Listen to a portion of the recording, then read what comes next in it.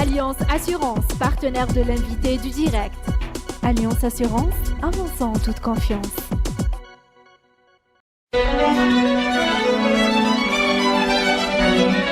Pour bien s'entendre, il faut bien s'écouter. Rendez-vous sur M, la petite radio du Grand Maghreb.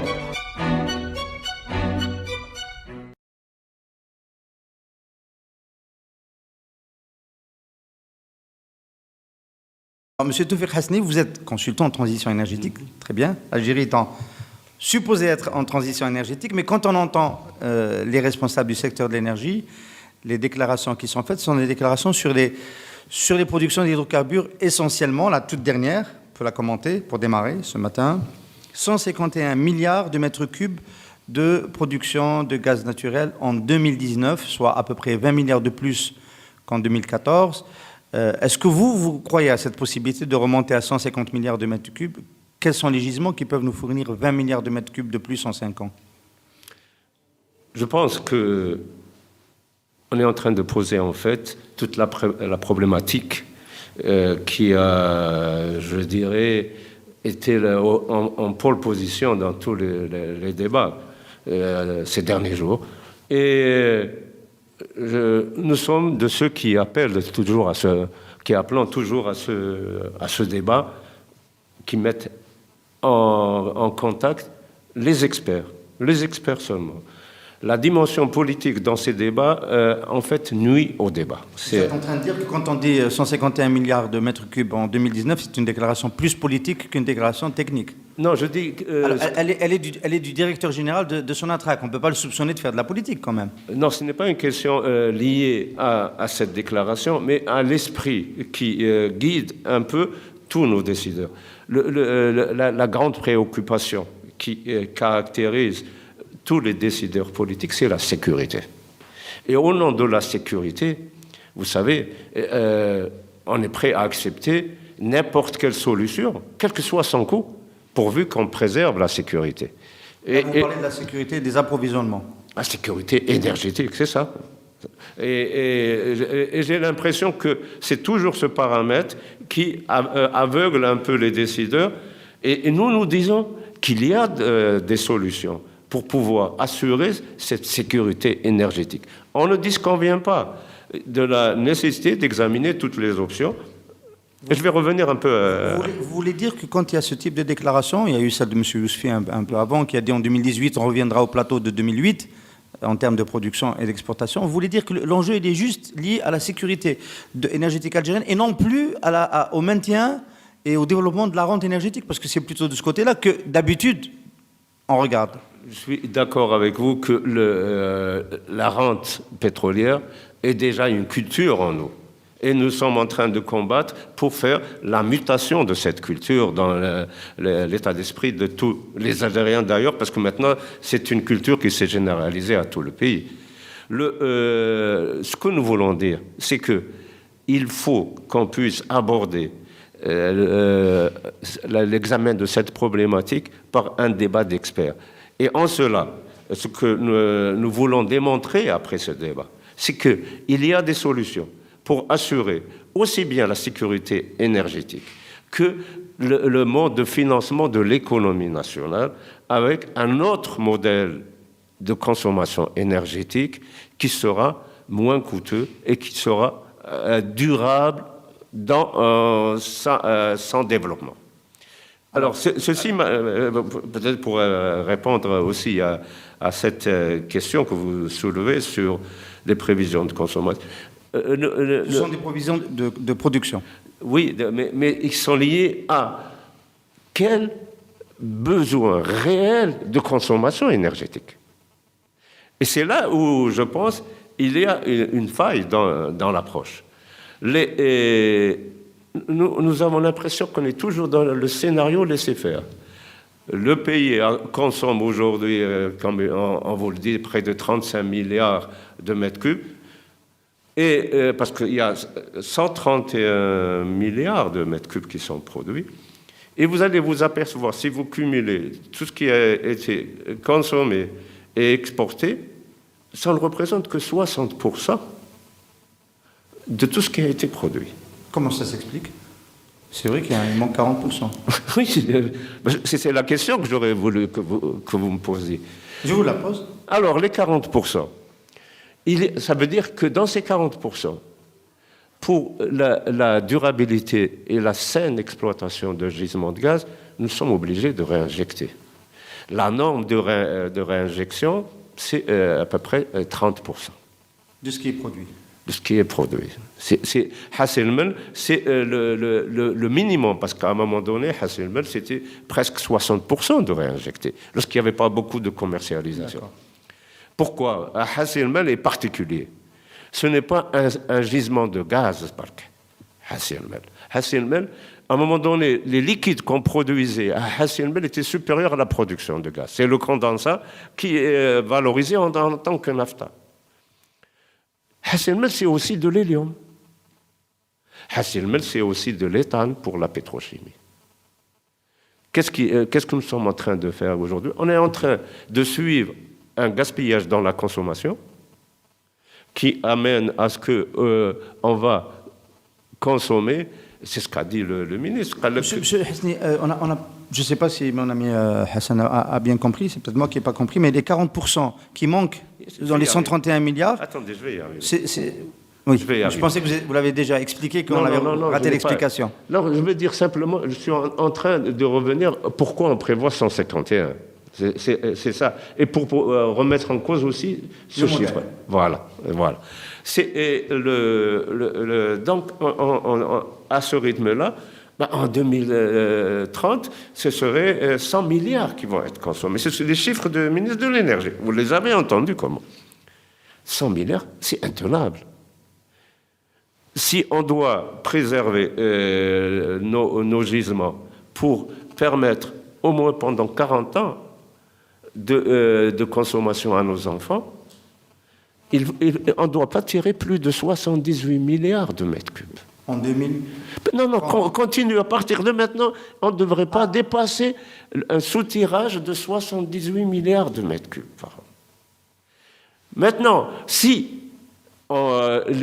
toutes les promesses découlant des idées que nous avons sur la potentialité du gaz de schiste, dont je ne disconviens pas, on va en parler, ou d'autres ressources même de conventionnelles se confirment, eh bien, on pourra relever à ce moment-là... C'est une révolution. Là. Vous, Sonatrach parle de monter à 151 milliards de mètres cubes de production en 2030, en 2019, dans 5 ans. Vous dites que c'est l'inverse qu'il faut faire. Il faut produire moins de 4 milliards de mètres cubes par an. Maintenant, si on trouve, tout ce qui sera découvert au-dessus des 80 milliards, donc au-dessus des capacités existantes, pourra être commercialisé comme ils l'entendent, ou consommé. Monsieur Hassi, dans les 80 milliards dont vous parlez. Alors, dans les 40%. Dans les 40%. Alors, si il y a 40% de la production. Aujourd'hui, nous sommes en dessous des 30%. Hasselmann a connu une période où pour pouvoir satisfaire les exportations de gaz, on a été obligé de réduire la réinjection à un niveau qui était devenu presque mortel pour le champ. Et le PDG l'a confirmé que le déclin du champ de Hasselmann s'est senti. Maintenant, vous voulez qu'on revienne sur les 40%. Alors, à mon avis, s'il y a dans ces 40%, vous avez certes de la réinjection, mais elle ne devrait pas dépasser les 25%. Des gaz brûlés? Pardon? Il y a des gaz brûlés aussi? Attends, voilà, vous arrivez à... OK. Et le reste, ça peut être que les gaz torchés. Donc ce chiffre, ce taux-là me confirme les chiffres avancés par la Banque mondiale qui parlait de 6 milliards de mètres cubes par an de gaz torché.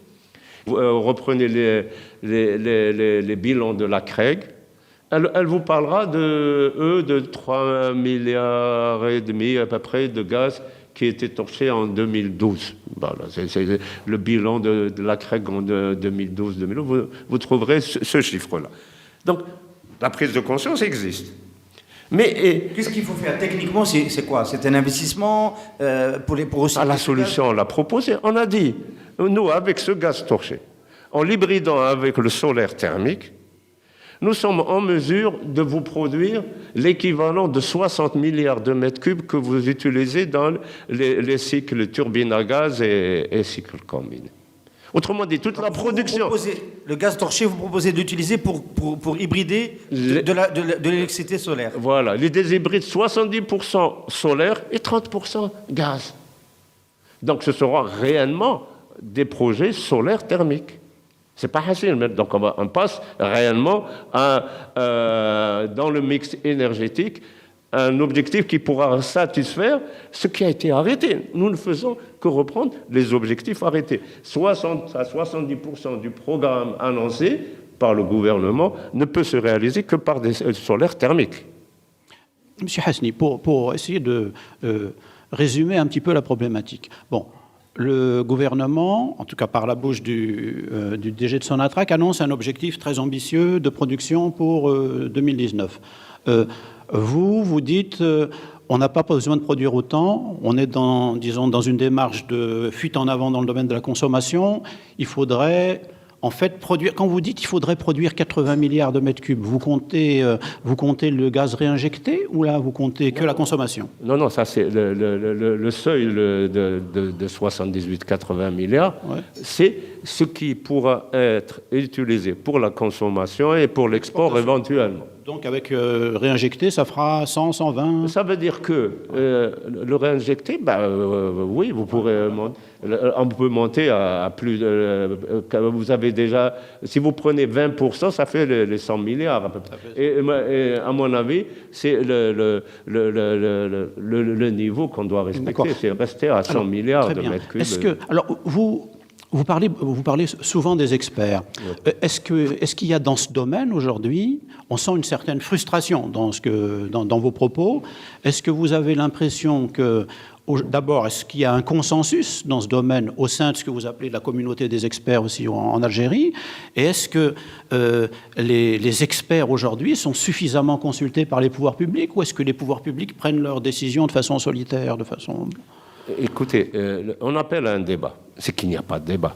Je ne veux pas m'appeler expert. Je vous ai demandé de ne pas me présenter en tant qu'expert parce que le qualificatif expert a été assez galvaudé comme cela. Donc, il y a aussi des gens qui savent aujourd'hui. Les anciens de Sonatrach, il y a des anciens du secteur de l'énergie, il y a des gens de Sonelgaz qui savent aujourd'hui où est la solution. Mais le grand problème, c'est que nous sommes prisonniers d'une culture. Et nous sommes prisonniers, aujourd'hui, d'un débat politique. La dimension sociale, en fait, lie les mains à tout décideur politique aujourd'hui. C'est ça la grande préoccupation que nous avons. Et là, l'expert ne peut avoir aucun rôle. C'est pour ça qu'on n'a pas besoin de lui pour ce débat. Alors, parmi les chiffres alarmants que vous avez pu brandir ces derniers temps, on se rappelle l'année dernière, il y a exactement une année, on va peut-être en parler en fin d'émission, à l'occasion de la journée d'études du club des anciens de l'IAP, l'Institut algérien du pétrole, vous aviez déclaré que l'Algérie consommerait 80 milliards de mètres cubes uniquement pour la génération d'électricité à l'horizon 2030. Oui. C'est un chiffre qui ne laisse plus de place pratiquement à l'exportation. C'est ça. Autrement dit, les 80 milliards de mètres cubes, c'est une génération électrique avec le gaz, comme elle était prévue. Et comme elle est toujours prévue. Je ne sais pas. C'est pour ça que... on voit le programme, si, on peut en parler. On voit le programme de Sonelgaz. Sonelgaz a signé un accord avec General Electric pour générer l'électricité avec des turbines à gaz. Donc, l'énergie primaire qui va être utilisée pour l'électricité, pour 8000 gigas dans l'avenir, c'est du gaz naturel. C'est ça. Alors, c'est en cela où nous disons, tenons ce débat entre experts. Et il y a des solutions. Nous pourrons trouver des solutions. Nous sommes certains qu'il y a d'autres solutions que celle-là. Maintenant, il est vrai que les objectifs à court terme paralysent aujourd'hui le décideur et inhibent toute idée nouvelle qui pourrait amener à sortir de ce piège dans lequel nous nous trouvons. Alors, Alliance Assurance, partenaire de l'invité du direct. Alliance Assurance, avançons en toute confiance.